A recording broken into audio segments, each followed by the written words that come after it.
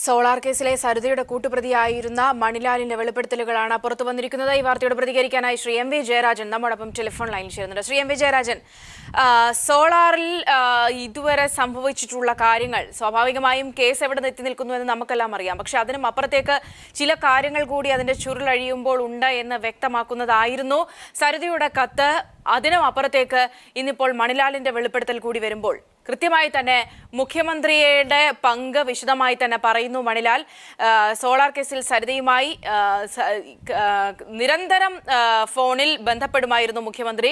അവർ നേരിട്ടും ഒപ്പമുണ്ടായിരുന്നു. ഇത്തരം കാര്യങ്ങളെല്ലാം ചർച്ച ചെയ്യുമായിരുന്നു എന്നൊക്കെ മണിലാൽ പറയുമ്പോൾ തന്നെ ജയിലിൽ നിന്നിറക്കിയത് മുഖ്യമന്ത്രി പണം നൽകിയാണ് എന്നുകൂടി മണിലാൽ പറയുന്നുണ്ട്. ഇങ്ങനെയൊക്കെയുള്ള കാര്യങ്ങൾ മണിലാൽ പറയുമ്പോൾ Shri M V Jayarajan, solar അഴിമതി കേസിൽ മുഖ്യമന്ത്രി മുഖ്യപ്രതിയാണെന്ന വസ്തുത കുറെ കൂടി ഉറപ്പിക്കുന്ന തെളിവുകളാണ് സോളാർ കേസിൽ തന്നെ പ്രതിയായ മണിലാലിന്റെ വെളിപ്പെടുത്തലുകൾ. കോൺഗ്രസ് കുടുംബത്തിലുള്ള മണിലാൽ തന്റെ തന്നെ പാർട്ടിയുടെ നേതാവായ മുഖ്യമന്ത്രി കള്ളം പറയുന്നു എന്നതുകൊണ്ടുകൂടിയാവണം താൻ ഉൾപ്പെടെ സരിതയോടൊപ്പം നിരവധി തവണ മുഖ്യമന്ത്രിയെ കണ്ടതും തന്നെ ജയിലിൽ നിന്ന് ഇറക്കാൻ വേണ്ടി മുഖ്യമന്ത്രി അടക്കമുള്ളവർ പരിശ്രമിച്ചതുമെല്ലാം ഇപ്പോൾ എന്ന് പറയാൻ നിർബന്ധിതനായത്. തീർച്ചയായും സോളാർ അഴിമതി കേസിലെ പ്രതിയുടെ വെളിപ്പെടുത്തലാണ് എന്നതുകൊണ്ട് തന്നെ ഇതിന് നിയമപരമായ ഒരുപാട് പ്രസക്തിയും പ്രാധാന്യവുമുണ്ട്. ഈ വെളിപ്പെടുത്തൽ എങ്കിലും പരിഗണിച്ച് നമ്മുടെ മുഖ്യമന്ത്രി സ്ഥാനത്ത് നിന്ന് രാജിവെക്കുകയാണ് കേരളത്തോട് അദ്ദേഹം കാണിക്കേണ്ടുന്ന നീതി. പ്രാഥമികമായി അദ്ദേഹത്തിന് അധികാരത്തെ തുടരാൻ ഒരവകാശവും. നിയമപരമായി തന്നെ ഇനി അദ്ദേഹത്തിന് അധികാരത്തിൽ തുടരുന്നതിൽ അർത്ഥമില്ല. നേരത്തെ പീപ്പിൾ TV പുറത്തുവിട്ട സോളാർ കേസിലെ പ്രതി മണിലാലിന്റെ സഹോദരൻ റിജീഷ് മുഖ്യമന്ത്രിയുമായി 3 തവണ നടത്തിയ ടെലിഫോൺ സംഭാഷണത്തിലെ ശബ്ദരേഖയും റിജീഷ് മുഖ്യമന്ത്രിയുടെ നിർദ്ദേശാനുസരണം മാധവന്റെ വീട്ടിൽ പോയപ്പോൾ ഉണ്ടായ ദൃശ്യങ്ങളും എല്ലാം തന്നെ കൂട്ടി വായിക്കുമ്പോൾ സോളാർ അന്വേഷണ കമ്മീഷൻ മുഖ്യമന്ത്രിയെ സമൺ ചെയ്ത് വിളിച്ചു വരുത്തേണ്ടത് സാക്ഷി എന്ന രീതിയിലല്ല, പ്രതി എന്ന രീതിയിലായിരിക്കണം എന്നത് നമുക്കേവർക്കും ബോധ്യമുള്ള കാര്യമാണ്. തീർച്ചയായും നേരത്തെ തന്നെ സരിത വെളിപ്പെടുത്തിയ വിവരങ്ങളിൽ നിന്ന് മുഖ്യമന്ത്രിയെ കാണാൻ പോയപ്പോൾ ശ്രീധരൻ നായരും സരിതയും ഒന്നിച്ചുണ്ടായിരുന്നു. ഇപ്പോൾ 3ാം പ്രതി വെളിപ്പെടുത്തിയ കാര്യം സരിതയും താനുമടക്കമുള്ളവർ നിരവധി തവണ മുഖ്യമന്ത്രിയെ കണ്ടുവെന്നാണ്. അപ്പോൾ സോളാർ കേസിൽ മുഖ്യമന്ത്രിയുടെ ഓഫീസിലുള്ള ഇന്നിപ്പോൾ പുറത്താക്കപ്പെട്ട ജോപ്പനടക്കമുള്ളവർക്കും മുഖ്യമന്ത്രിക്കും പങ്കുണ്ട് എന്ന് വ്യക്തമാണ്. അതുകൊണ്ടുകൂടി ആവണം അന്വേഷണ കമ്മീഷൻ മുഖ്യമന്ത്രിയുടെ ഓഫീസും മുഖ്യമന്ത്രിയുടെ പങ്കും അന്വേഷണ പരിധിയിൽ ഉൾപ്പെടുത്തിയിട്ടുള്ളത്. പക്ഷെ അവിടെയും ശ്രീ ജയരാജൻ, നമുക്കറിയാം ഒരു ഘട്ടത്തിൽ സരിതയും മുഖ്യമന്ത്രിയും നിൽക്കുന്ന ഫോട്ടോ വരെ പുറത്തു വന്നതാണ്. അന്നും പിന്നീട് ഓഫീസിൽ സരിതയ്ക്കുണ്ടായിരുന്ന സ്വാധീനത്തെക്കുറിച്ചൊക്കെയുള്ള വാർത്ത വന്നപ്പോഴും മുഖ്യമന്ത്രി സംസാരിച്ചിരുന്നതെല്ലാം സരിതയെ പേഴ്സണലായി അറിയില്ല, ഒരുപക്ഷെ ഒരു വ്യക്തി വന്ന് സംസാരിച്ചപ്പോൾ മിണ്ടിയതായിരിക്കും, ആ വിധത്തിലൊക്കെ ആയിരുന്നു കാര്യങ്ങൾ. പക്ഷേ ആ മുഖ്യമന്ത്രി നിൽക്കുന്ന ആ ഒരു സ്റ്റാൻഡിലാണോ നിലവിൽ യഥാർത്ഥത്തിൽ കാര്യങ്ങൾ ആ വിധത്തിലാണോ ഉള്ളത്? ഒരു ഭാഗത്ത് ധാർമ്മികതയുടെ പേരിൽ മുഖ്യമന്ത്രി രാജിവെക്കണമെന്നോ അന്വേഷണം നേരിടണമോ എന്നുള്ള ആവശ്യങ്ങളൊക്കെ തള്ളിക്കളഞ്ഞു നിൽക്കുന്ന മുഖ്യമന്ത്രിക്ക് മുന്നിലേക്ക് ഇങ്ങനെയുള്ള വെളിപ്പെടുത്തൽ കൂടി വരുമ്പോൾ മുഖ്യമന്ത്രി ആവർത്തിച്ച് പറയുന്ന ഒരു കാര്യം തെളിവുണ്ടോ എന്നതാണ്. ഇപ്പോൾ സോളാർ കേസിലെ 3ാം പ്രതിയുടെ വെളിപ്പെടുത്തൽ വിലപ്പെട്ട തെളിവുകളാണ്. മുഖ്യമന്ത്രിക്ക് പങ്കുണ്ട് എന്ന് വ്യക്തമാക്കുന്ന തെളിവാണ്. ഒരു സാധാരണ പൗരനാണെങ്കിൽ മുഖ്യമന്ത്രിയുമായി തുടർച്ചയായി കാണേണ്ട കാര്യം എന്താ? അപ്പൊ തുടർച്ചയായി സരിതയോടൊപ്പം താൻ കണ്ടിരുന്നു. സരിതയും മുഖ്യമന്ത്രിയും നടത്തിയ ടെലിഫോൺ സംഭാഷണത്തിന്റെ തെളിവുകൾ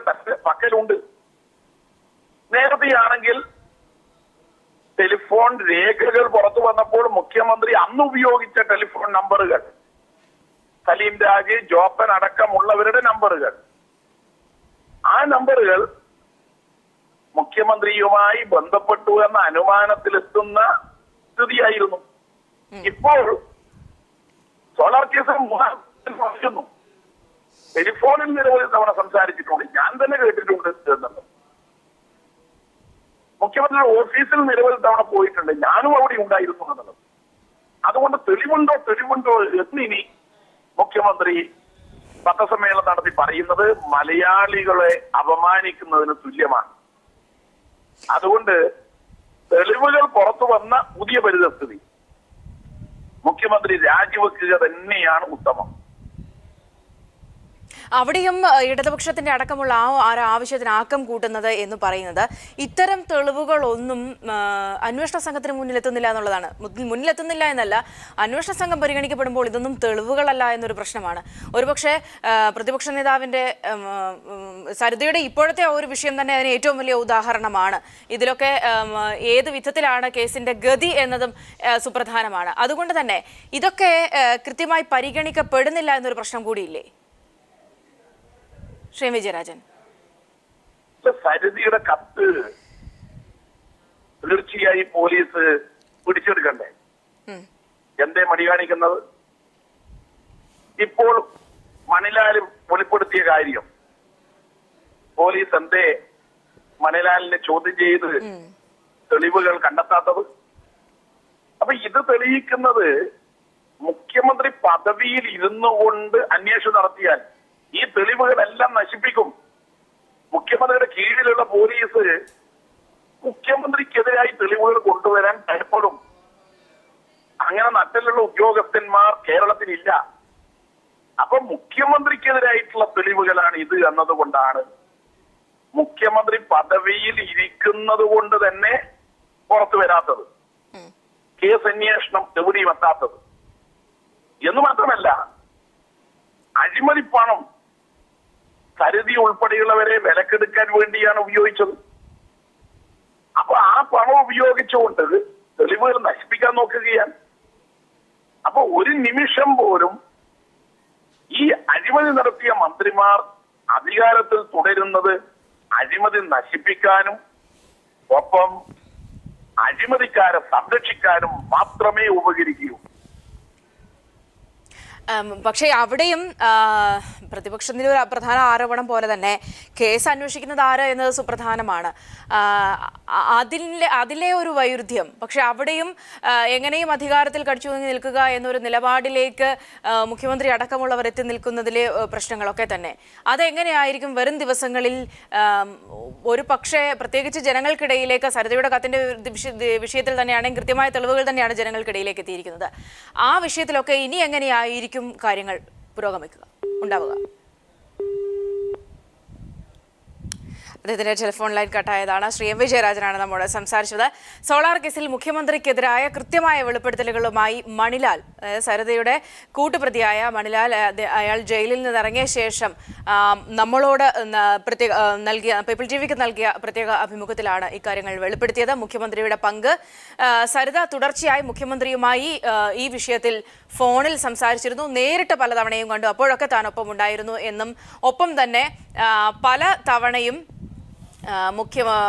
മറ്റ് മന്ത്രിമാരുമായിട്ടൊക്കെ കോണ്ടാക്ട് ചെയ്ത സമയത്ത് അവരെ കണ്ട സമയത്തുള്ള കാര്യങ്ങളൊക്കെ കൃത്യമായി തന്നെ മണിലാലിന് അറിയാം. അതും അദ്ദേഹം പറയുന്നുണ്ട്. ഓരോ മന്ത്രിമാരുടെയും MLA-മാരുടെയും പേരുകളടക്കം കൃത്യമായി തന്നെ പറയുന്നുണ്ട്. കുട്ടനിലേക്ക് ഒരിക്കൽ കൂടി പോവുകയാണ്. കുട്ടൻ, ഒരുപക്ഷെ മണിലാലിന്റെ ഈ ഒരു വാക്കുകൾ ഇവിടെ ശ്രീ എം വിജയരാജൻ സൂചിപ്പിച്ചതുപോലെ തന്നെ ചോദ്യം ചെയ്യലിന്റെ ഒരു ഘട്ടത്തിലും ഈ വിഷയങ്ങളൊന്നും സൂചിപ്പിക്കാതിരിക്കാൻ സാധ്യതയില്ല. പക്ഷെ അവിടെയും എന്തൊക്കെയോ കള്ളക്കളികൾ നടന്നിട്ടുണ്ട് എന്നുകൂടിയല്ലേ വ്യക്തമാകുന്നത്. ജയിലിൽ നിന്ന് പുറത്തിറങ്ങി വന്ന ഒരു മാധ്യമത്തിന് മുന്നിൽ ഈ വിഷയങ്ങൾ തുറന്നു പറയേണ്ട ഒരു അവസ്ഥയിലേക്ക് മണിലാൽ എത്തിയെങ്കിൽ കൃത്യമായ അതിന്റെ അന്വേഷണങ്ങൾ പോയിട്ടില്ല എന്നതിനൂടി തെളിവല്ലേ? സൗമ്യ, തീർച്ചയായും നമുക്കറിയാം സരിതയെ ജയിലിൽ നിന്ന് ഇറക്കുന്നതിന് വേണ്ടി അല്ലെങ്കിൽ സരിതയ്ക്ക് സാമ്പത്തിക സഹായം നൽകുന്നതിന് വേണ്ടി വലിയ ഇടപെടലുകൾ UDF സർക്കാരിലെ ചില മന്ത്രിമാർ നടത്തിയിട്ടുണ്ട് എന്ന് മണിലാൽ പറഞ്ഞിട്ടുണ്ട്. അതിൻ്റെ അടിസ്ഥാനത്തിലാണ് സരിതയ്ക്ക് ഓരോ കേസുകളും സെറ്റിൽ ചെയ്യാനുള്ള വലിയ തുക, കോടിക്കണക്കിന് രൂപ അങ്ങനെ കിട്ടിയതാണ്.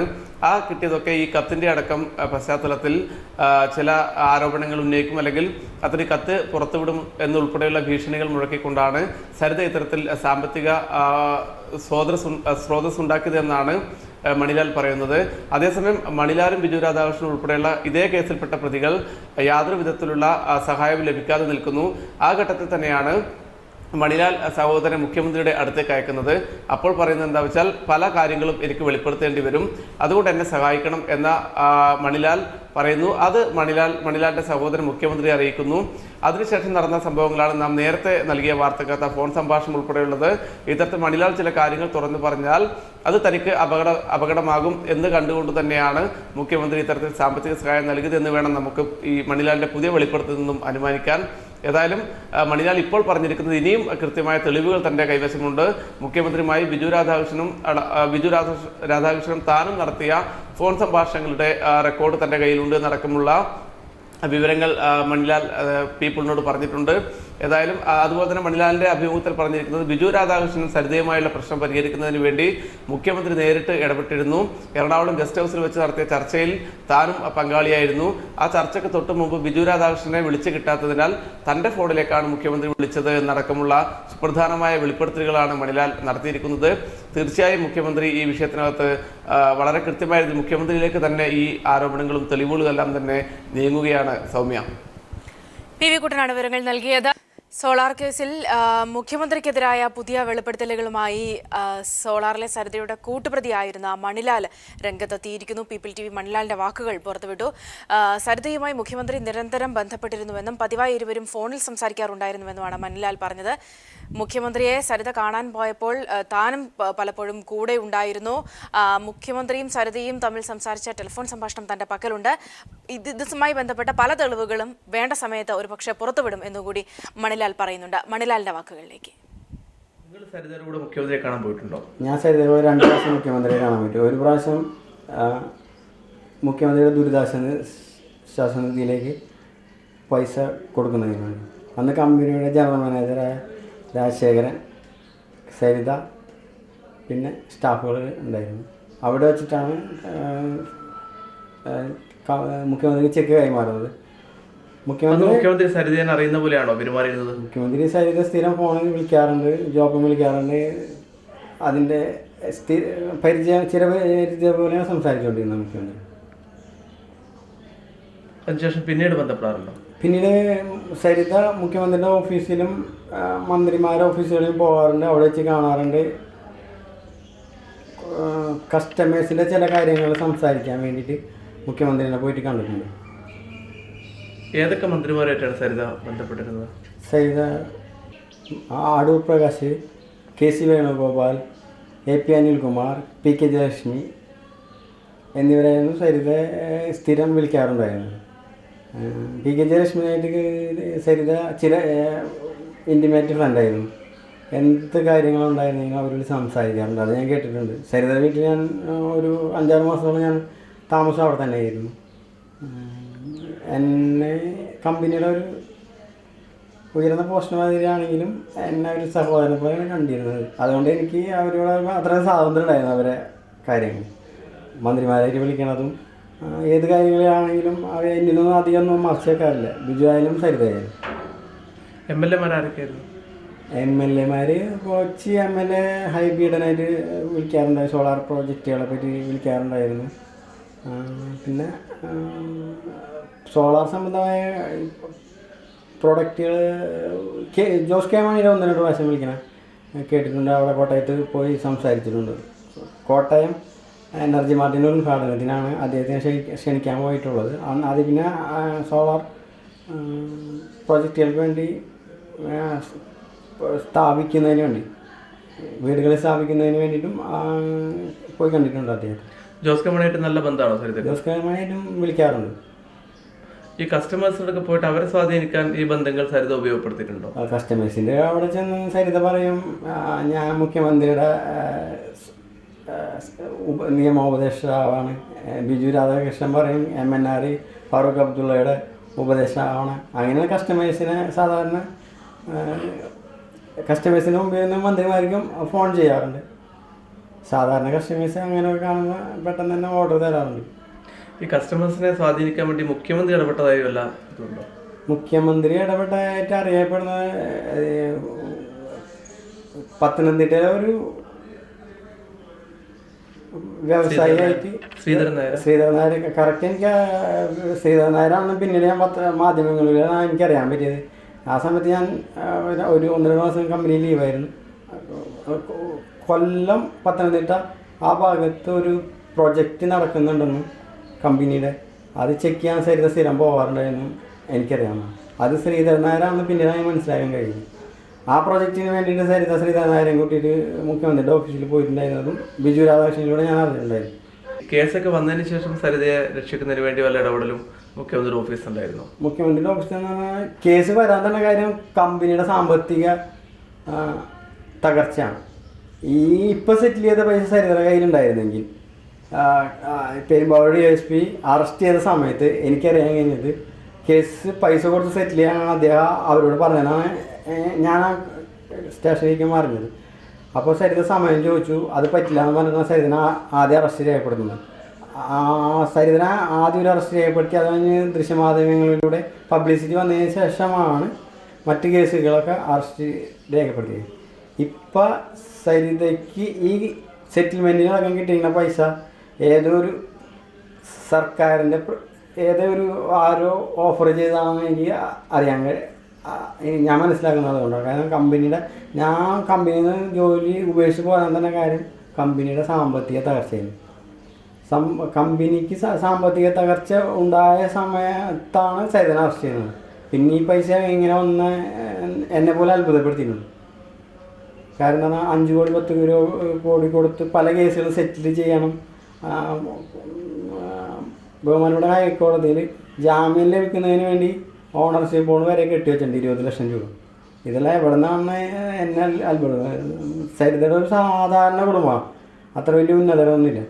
ഈ സാധാരണ വ്യക്തിയായിരുന്ന സരിത ഇത്ര പൈസ എങ്ങനെ സമ്പാദിച്ചു, ഇത്ര എങ്ങനെ പോപ്പുലറായി എന്ന് എനിക്കതൊരു ഇതിൽ മുഖ്യമന്ത്രി അല്ലെങ്കിൽ സരിതയായിട്ട് ബന്ധമുള്ള ഏതെങ്കിലും സഹമന്ത്രിമാരോ സഹായിച്ചാണ് സരിത അവരെ എന്തെങ്കിലും രീതിയിൽ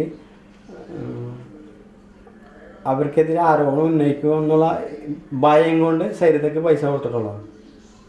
അല്ല, ഈ കത്ത് എന്ന് പറഞ്ഞാൽ പുറത്തു വരുന്ന കത്തുള്ളതൊക്കെ ശരിയാണെന്ന് നിങ്ങൾക്ക് തോന്നുന്നുണ്ടോ? സരിതയോട് കുറച്ച് പേർ ഉണ്ടായ ആളെന്ന നിലയിൽ പല കസ്റ്റമേഴ്സിൻ്റെ അടുത്ത് പോകുമ്പോഴും കസ്റ്റമേഴ്സ് ആദ്യം സോളാർ പ്രൊഡക്റ്റുകളെ കുറിച്ച് സംസാരിക്കുന്നുണ്ടെങ്കിലും പിന്നെ വേറൊരു രീതിയിലൊക്കെ സംസാരിക്കാറുണ്ടെന്ന് സരിത എന്നോട് പറഞ്ഞിട്ടുണ്ട്.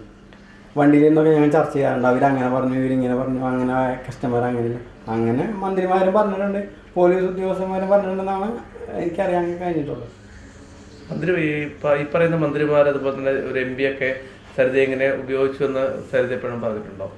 സരിത ഉപയോഗിച്ചെന്ന് പറഞ്ഞാൽ അവരൊക്കെ അങ്ങനെ ഭയങ്കരമായ മോശമായ രീതിയിൽ സംസാരിച്ചിട്ടുണ്ടെന്ന് കുറേ പ്രാവശ്യം വണ്ടിയിൽ സംസാരിച്ചിട്ടുണ്ട്.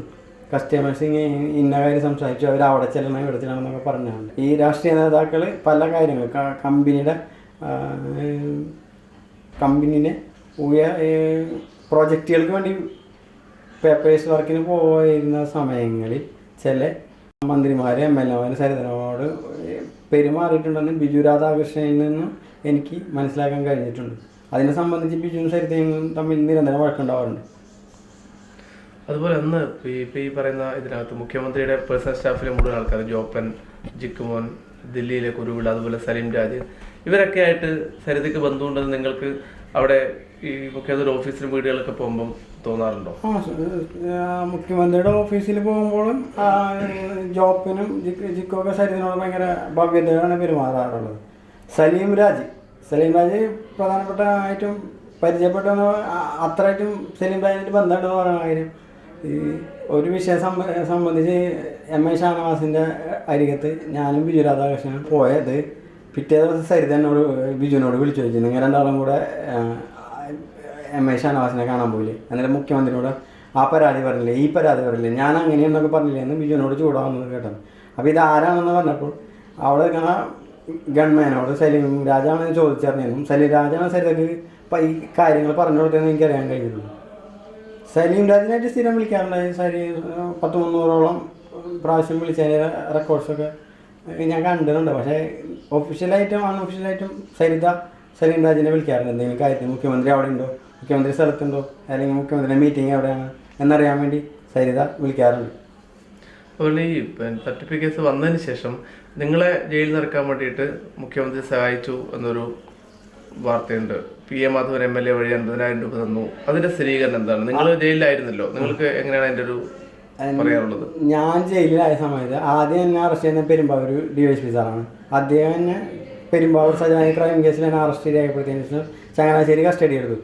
തുടർന്ന് 2-3 കേസ് വന്നപ്പോൾ ഞാൻ എൻ്റെ അനിയനെ വിളിച്ച് പറഞ്ഞു, എന്നിങ്ങനെ സ്ഥിരം ഇല്ലാത്ത കേസുകളിൽ അറസ്റ്റ് രേഖപ്പെടുത്തുന്നുണ്ട്.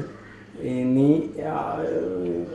എൻ്റെ സഹോദരൻ കോൺഗ്രസിൻ്റെ മണ്ഡല സെക്രട്ടറിയാണ് ആയതിനാൽ ഞാൻ അവനെ വിളിച്ച് പറഞ്ഞു നീ മുഖ്യമന്ത്രിയായിട്ട് ബന്ധപ്പെടണം. അതിനോടനുബന്ധിച്ച് ഞാനും ബിജു രാധാകൃഷ്ണനും ഒരേ ജയിലിലാണ് കിടന്നിരുന്നത്, എറണാകുളം ജില്ലാ ജയിൽ.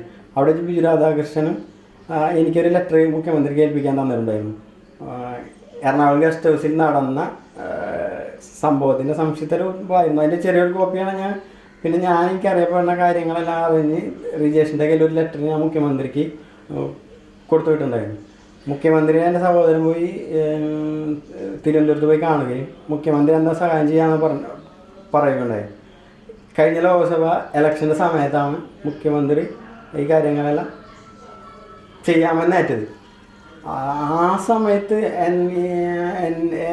എന്നെ കേസിൽ നിന്ന് ജാമ്യത്തിലിറക്കാൻ തൃശ്ശൂരിൽ ഒരു MLA ഏർപ്പാടാക്കിയിട്ടുണ്ടെന്ന് മുഖ്യമന്ത്രി റിജേഷിനോട് പറയുന്നത് ഞാൻ ജയിലിൽ നിന്ന് ഫോൺ വിളിക്കാറുണ്ടായിരുന്നു. അപ്പോൾ സഹോദരൻ എന്നോട് പറയാറുണ്ടായിരുന്നു ഇങ്ങനെ MLA ഏൽപ്പിച്ചിരുന്നു. അത് കഴിഞ്ഞ് ഒരു 1-2 ആഴ്ച കഴിഞ്ഞപ്പോഴാണ് പൈസ വാങ്ങാൻ ചെല്ലാൻ മാധവൻ പറഞ്ഞത്. മാധവൻ പൈസ കൊടുക്കുകയും എൻ്റെ അമ്മയും സഹോദരനാണ് പോയി പൈസ വാങ്ങുന്നത്. മുഖ്യമന്ത്രി പറഞ്ഞിട്ടാണ് അടുത്ത പൈസ പിന്നീട് തരാമെന്ന് അദ്ദേഹം പറഞ്ഞത്. ഈ മന്ത്രിമാരുമായി സരിത സംസാരിക്കുമ്പോഴും സമ്പർക്കം നടത്തുമ്പോഴൊക്കെ നിങ്ങൾ കണ്ടിരുന്നോ? എനർജി മാർട്ടിൻ്റെ ഉദ്ഘാടനം സംബന്ധിച്ച് ഗണേഷ് കുമാറിനെ ക്ഷണിക്കാൻ പോകുമ്പോഴും പിന്നെ MNRയുടെ കമ്പനിയുടെ കാര്യങ്ങൾക്ക് വേണ്ടിയിട്ട് KC വേണുഗോപാൽ ആലപ്പുഴയിൽ പോയി കണ്ടു. മണിലാലിന്റെ വാക്കുകളാണ് നമ്മൾ കേട്ടത്. ഈ വാർത്തയോട് പ്രതികരിക്കാനായി സരിത S. നായർ തന്നെ നമ്മോടൊപ്പം ടെലിഫോൺ ലൈൻ ചേരുന്നുണ്ട്. സരിത, മണിലാൽ പറഞ്ഞത് കേട്ടിട്ടുണ്ടാകുമെന്ന് കരുതുന്നു, ഇതൊക്കെ സത്യമാണോ?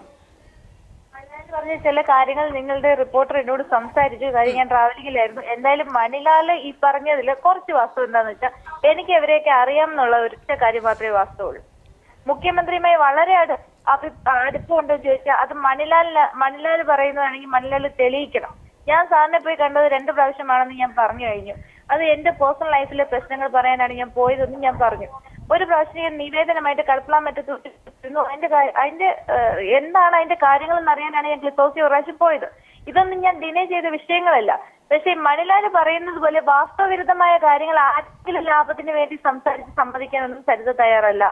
പിന്നെ മണിലാൽ പറഞ്ഞു ശബ്ദരേഖയുണ്ട്, അത് പുറത്തു വിടാമെന്നൊക്കെ. എന്നാ ഒന്ന് പുറത്തു വിടാൻ പറയാ പ്ലീസ്. ഇങ്ങനെ ബാലിശമായ ആരോപണങ്ങളും പരാമർശങ്ങളും മാത്രം പറയരുത്. പരാമർശങ്ങളും ആക്ഷേപങ്ങളും പറയുന്നെങ്കിൽ അത് തെളിയിക്കാനുള്ള ഒരു ബാധ്യത അത് ഉന്നയിക്കുന്ന വ്യക്തിക്കും കൂടെ ഉണ്ടെന്ന് ദയവ് ചെയ്ത് ആലോചിക്കുക. അല്ലാതെ ചുമ്മാതെ ഒരു സ്ത്രീയെ കിട്ടി അവരെ വെച്ച് ഇങ്ങനെ കുത്തി കീറിയിട്ടൊന്നും കാര്യമില്ല. അതുകൊണ്ട് മണിലാലിന് എന്തെങ്കിലും ലാഭം കിട്ടുമെങ്കിൽ ഞാൻ അതിനെ തടസ്സം നിൽക്കുന്നില്ല. സ്വാഭാവികമായിട്ടും മണിലാലിന്റെ വാക്കുകൾ ചർച്ച ചെയ്യപ്പെടാനുള്ള കാരണം താങ്കൾക്ക് അറിയാം. താങ്കളുടെ ഒപ്പം ഉണ്ടായിരുന്ന ആള് തന്നെയാണ് എന്റെ ഒപ്പം ഒറ്റ മിനിറ്റ് അവിടെ ഒരു തെറ്റുണ്ട്. എന്റെ ഒപ്പം മണിലാൽ വർക്ക് ചെയ്തിട്ടില്ല. ഞാൻ വർക്ക് ചെയ്തിരുന്നത് പിന്നെ 2 വിഷയങ്ങളിലാണ്. അതായത് പ്രോജക്ട്സിനകത്തും മാർക്കറ്റിങ്ങിനകത്തും എന്റെ കൂടെ മണിലാൽ ഉണ്ടായിരുന്നില്ല. മണിലാലിന്റെ ടവർ വർക്കിന്റെ ടീം ലീഡർ ആയിരുന്നു. അതായത് ടെക്നിക്കലില് ടവർ വർക്കിൽ വർക്ക് ചെയ്യുന്ന ഒരു വ്യക്തി എന്റെ കൂടെ വന്നിരുന്നു എന്ന് പറയുന്നത് തന്നെ ബാലിശമല്ലേ?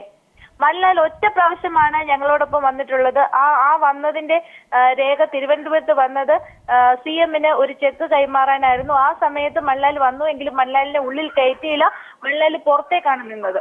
ഈ പറയുന്ന വ്യക്തി മുഖ്യമന്ത്രിയെ നേരിട്ട് പോലും കണ്ടിട്ടുണ്ടോ എന്ന് ചോദിച്ചാൽ എനിക്കറിയത്തില്ല. എന്റെ ഓഫീസിൽ വെച്ച് മുഖ്യമന്ത്രിയെ കാണാനുള്ള സരിത, പലപ്പോഴും യോഗ്യതയുള്ള ഒരു ഇതിലല്ലായിരുന്നു മണിലാലിന്റെ ഉദ്യോഗം.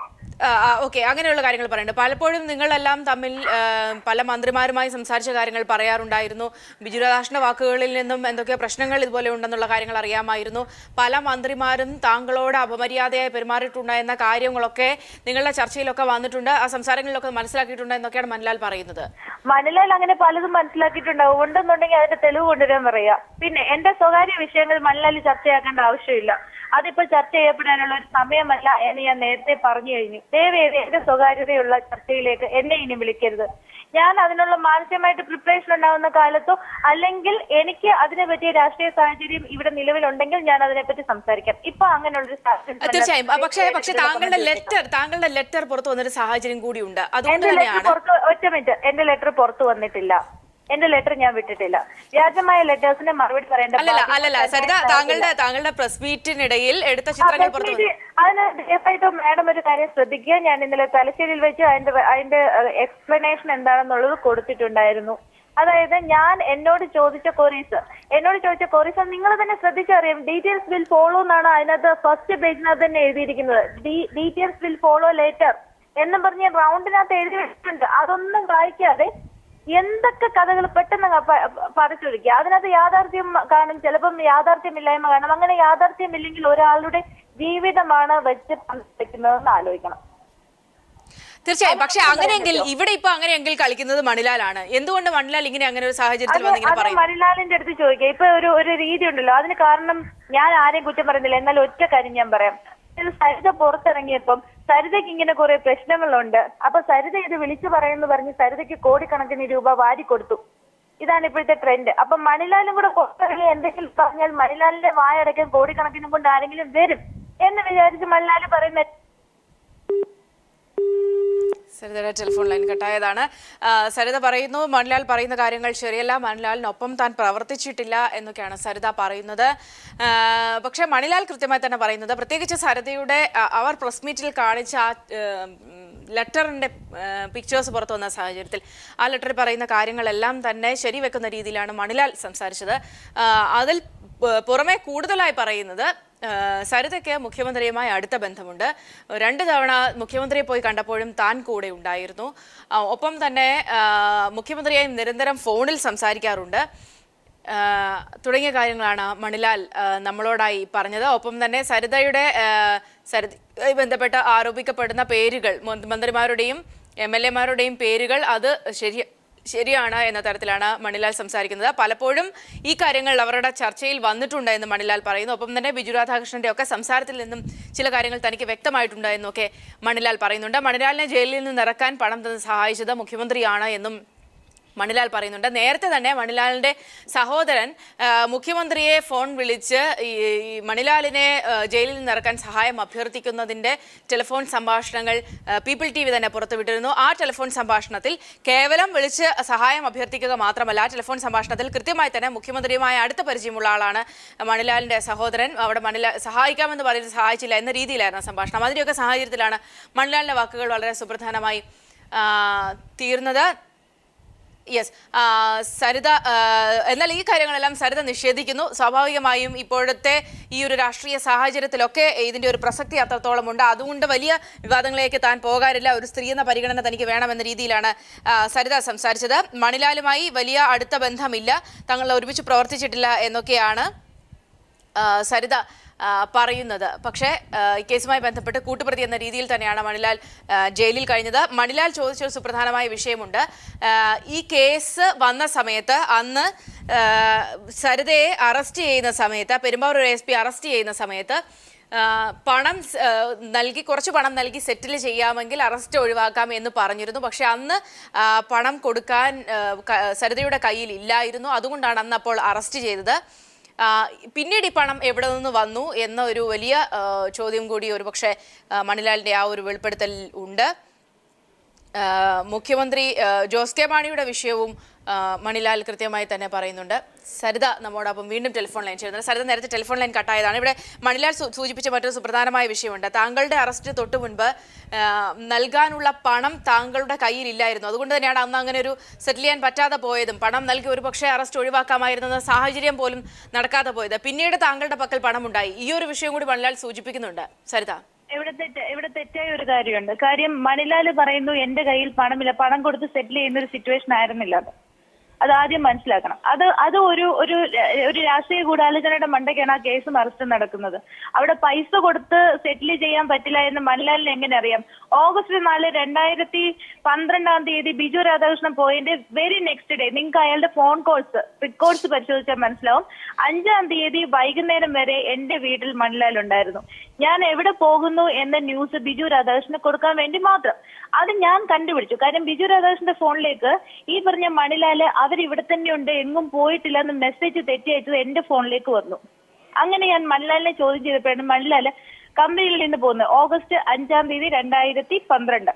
അതിനുശേഷം മണിലാൽ എന്നെ കാണിക്കൂ, ഞാൻ മണിലാലിനെ കാണിക്കുകയോ ചെയ്തിട്ടില്ല. മണിലാലിന്റെ വൈഫായ ഷീല, റിജേഷ് എന്നിവര് വീട്ടിൽ കുഞ്ഞുങ്ങൾ പട്ടിണിയാണ്, മണിലാലിനെ കാണാനില്ല, ബോംബെയിലാണ്, പിന്നെ സേലത്ത് ഏതോ സെൻട്രൽ ജയിലിൽ കിടക്കുവാണ്, ഞങ്ങളെ രക്ഷിക്കണമെന്ന് പറഞ്ഞ് വിളിച്ചപ്പം ഒരു 4-5 പ്രാവശ്യമായിട്ട് ഒരു 10-17,000 രൂപ ഞാൻ അക്കൗണ്ടിൽ ഇട്ട് കൊടുത്തിട്ടുണ്ട്. അതും എന്റെ ബുദ്ധിമുട്ടിനിടയ്ക്ക്. ഇതൊക്കെ ഞാൻ ചെയ്ത തെറ്റ് റിജേഷിന്റെ അടുത്തും മണിലാലിന്റെ അടുത്തും ഒക്കെ ഉള്ളൂ എന്നാണ് എന്റെ വിശ്വാസം.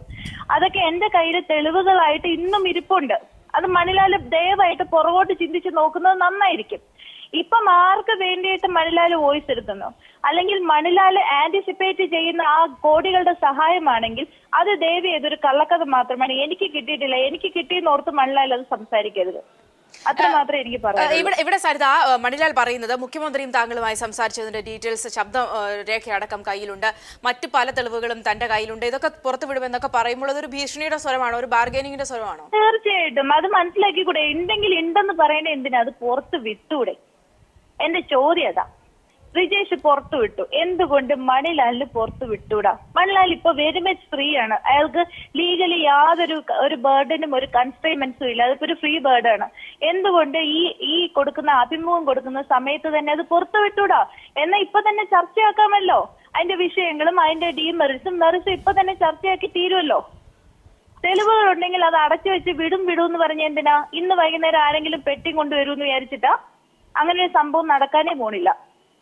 പക്ഷെ അങ്ങനെ ഒരു സാഹചര്യം കൂടിയില്ലേ സരിത? ഒരു പരിധിവരെ നിങ്ങൾ ഒരുമിച്ച് ജയിലിലായവരാണ്. സരിത ഞാൻ ഒരുമിച്ച് ജയിലിലായതല്ല, തെറ്റ്. സരിത മാത്രമേ ഉണ്ടായിരുന്നുള്ളൂ. അന്നും ഇന്നും ഒറ്റയ്ക്ക് തന്നെയാ. അല്ലാതെ ഈ പറയുന്ന ബിജു രാധാകൃഷ്ണനും എന്റെ കൂടെ ജയിലിൽ വന്ന വ്യക്തിയല്ല. റിജേഷോ അല്ല ഈ മണിലാൽ എന്റെ കൂടെ ജയിലിൽ വന്ന വ്യക്തിയല്ല. ഇവരെ രണ്ടുപേരും വ്യത്യസ്ത കാലഘട്ടത്തിൽ ശാലുമേനോനെ പോലും പിന്നീട് അറസ്റ്റ് ചെയ്യപ്പെട്ടതാണ്. ആദ്യമേ എന്നെ അറസ്റ്റ് ചെയ്തതിന്റെ ഉദ്ദേശം എന്താണെന്ന് വ്യക്തമായിട്ട് അറിയാവുന്ന ഒരു വ്യക്തിയാണ് ഞാൻ. പിന്നെ അതൊക്കെ ഇവിടെ ചർച്ച ചെയ്ത് എന്റെ ലെറ്ററിലുള്ള വിഷയങ്ങളായതുകൊണ്ട് അതൊന്നും ഇവിടെ ചർച്ച ചെയ്ത് ഇതാക്കേണ്ട കാര്യമില്ല. അതുകൊണ്ട് ഞാനിപ്പോ അതിൽ നിന്ന് തൽക്കാലം പിൻവാങ്ങാണ്. പക്ഷെ മണിലാൽ ഈ പറയുന്നതിൽ യാതൊരു വാസ്തവവും ഇല്ല. മണിലാൽ മുഖ്യമന്ത്രിയെ നേരിട്ട് കണ്ടിട്ട് പോലും ഇല്ല എന്ന് എനിക്ക് ഉറച്ച വിശ്വാസമുണ്ട്. അങ്ങനെയെങ്കിൽ സരിത, പക്ഷെ അയാൾ കൃത്യമായി തന്നെ പറയുന്നുണ്ട് നിങ്ങളുടെ കൂടെ എപ്പോഴും ഉണ്ടായിരുന്ന വ്യക്തിയാണ് എന്നൊക്കെ. പക്ഷെ അതിനകത്ത് ക്ലാരിറ്റി വരുത്താൻ വേണ്ടി എന്റെ കൂടെ മണിലാൽ ഉണ്ടായിട്ടേ ഇല്ല. ഞാൻ പറയുന്നത് എന്റെ കൂടെ മണിലാൽ ഉണ്ടായിട്ടില്ല. മണിലാൽ ഇപ്പൊ ആരുടെയെങ്കിലും കാശ് വാങ്ങിയിട്ട് അവർക്ക് വേണ്ടി പറയായിരിക്കും. ഒന്നെങ്കിൽ മണിലാൽ ഇങ്ങനെ പറഞ്ഞില്ലെങ്കിൽ മണിലാൽ വാങ്ങിച്ച പൈസ തിരിച്ചു കൊടുക്കേണ്ടി വരും. അത് മണിലാല് ബിജു രാധാകൃഷ്ണൻ പിന്നെ ഫ്രോഡായിട്ട് ഡ്രൈവിംഗ് ലൈസൻസ് നിർമ്മിക്കാൻ കൊടുത്തു. എന്റെ അറിവും ആരുടെ അറിവും ഇല്ല. അത് അയാൾക്ക് ബാങ്ക് അക്കൗണ്ട്സ് തുടങ്ങാൻ വേണ്ടി എന്റെ പേരിലും പിന്നെ എന്റെ അമ്മയുടെ പേരിലും വ്യാജ ഡ്രൈവിംഗ് ലൈസൻസുകൾ നിർമ്മിക്കാനെന്നും പറഞ്ഞ് അയാൾ ഡെപ്യൂട്ട് ചെയ്ത വ്യക്തിയാണ് മണിലാൽ എന്നുള്ളത് കൊണ്ടാണ് അയാളെ ഈ കാണുന്ന കേസുകളിലൊക്കെ പ്രതി ചേർത്തത്. അത് എന്റെ കുറ്റമല്ല. അതായത് ബിജുവുമായി അടുത്ത പരിചയമുള്ള ആളാണ് മണിലാൽ. ബിജുവും മണിലാലും കൂടെ പൂജപ്പുര അല്ല പിന്നെ പൂനെ ഏർവാട് ജയിലിൽ ഒരുമിച്ച് കിടന്നപ്പോഴുണ്ടായ പരിചയമാണ്. അങ്ങനെയെങ്കിൽ ആ തരത്തിലുള്ള കൂടിക്കാഴ്ചകളോ എപ്പോഴെങ്കിലും കാണുകയോ ഇത്തരം കാര്യങ്ങൾ ഒക്കെ സംസാരിക്കുകയോ ചെയ്തിട്ടുണ്ടോ?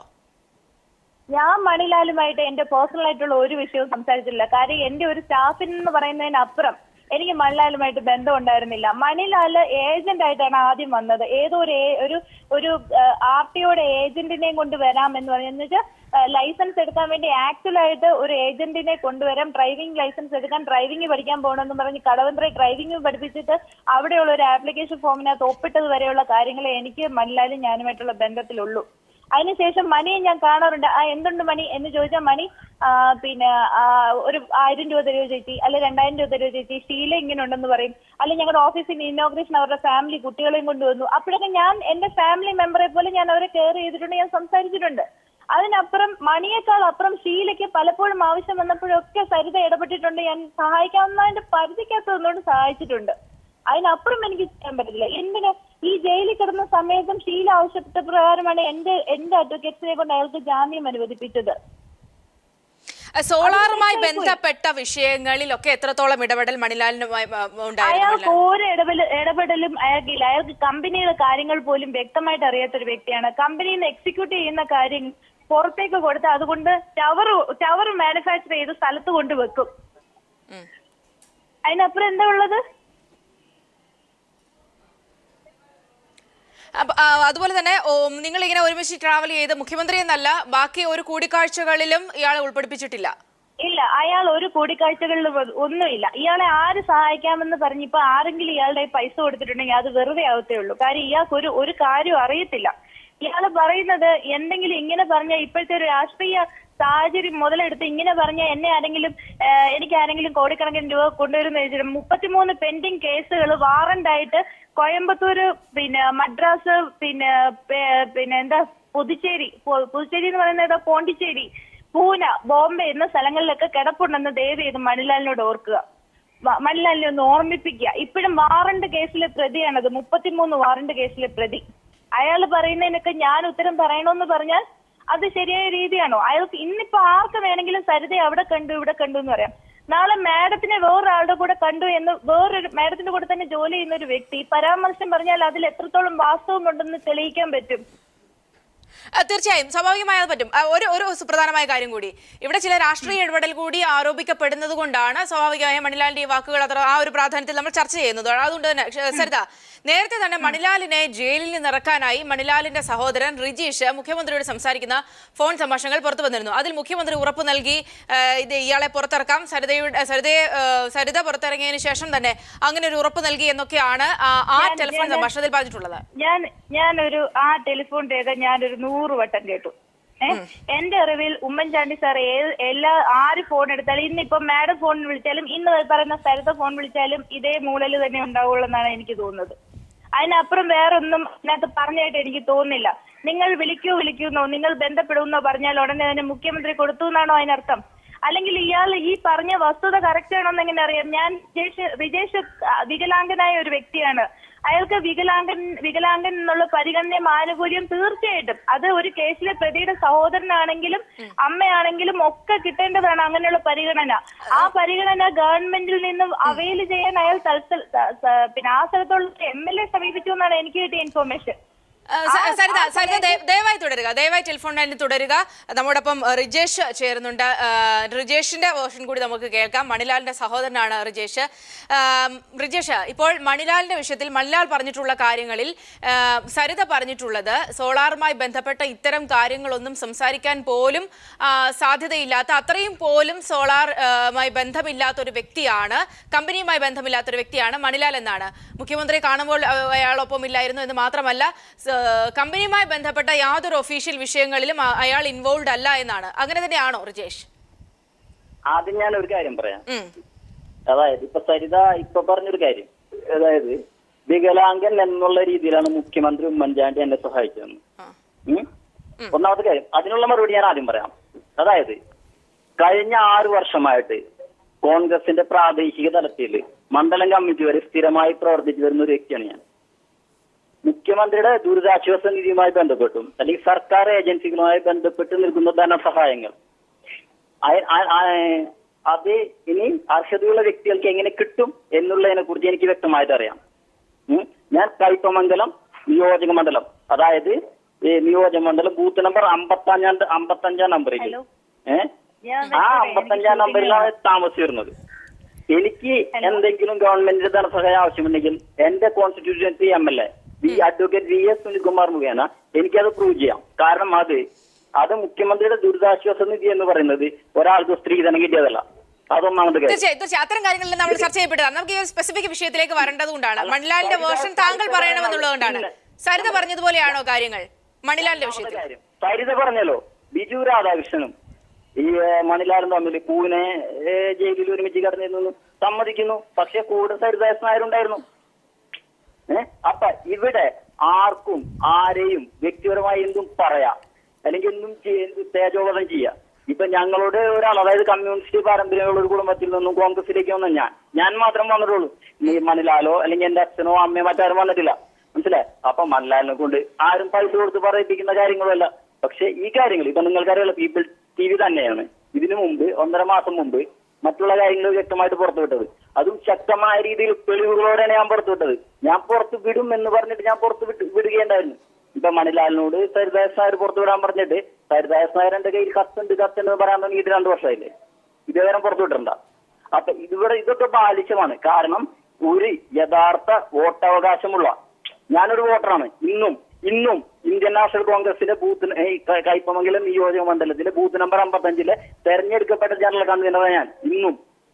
അപ്പൊ അതിന് ആ പാർട്ടിക്ക് വേണ്ടി അല്ലെങ്കിൽ ആ പാർട്ടിക്ക് വേണ്ടി പ്രവർത്തിക്കുന്നതിന് വേണ്ടി ആ പാർട്ടി എന്നോട് കാണിച്ച അനീതിക്ക് നേരെയാണ് എനിക്ക് പ്രതികരിക്കേണ്ടി വന്നത്. മനസ്സിലായി? ഈ മുഖ്യമന്ത്രി ഉമ്മൻചാണ്ടിയായിട്ട് സരിത അറിയുന്നതിന് മുമ്പ് ഞാൻ അറിയുന്ന വ്യക്തിയാണ്, അല്ലെങ്കിൽ മണിലാൽ അറിയുന്ന വ്യക്തിയാണ്.